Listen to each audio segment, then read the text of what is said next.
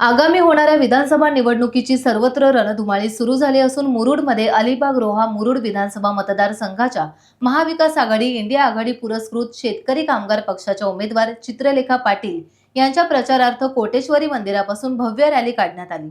यावेळी प्रमोद भाईदे, आदेश दांडेकर, विश्वास चव्हाण, सुहासिनी सुभेदार, उत्कर्षा धोत्रे, प्रिया सुभेदार यांसह महाविकास आघाडीतील पदाधिकारी आणि इतर कार्यकर्ते सहभागी झाले होते।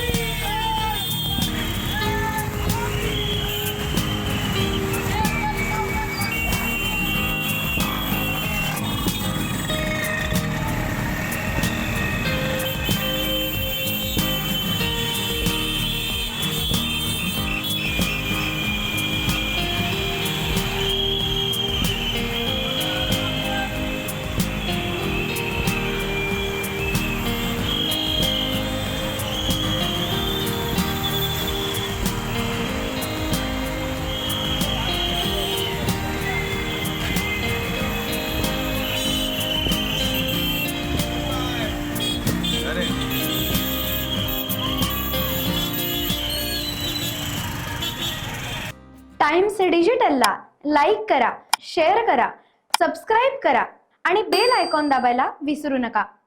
Times digital.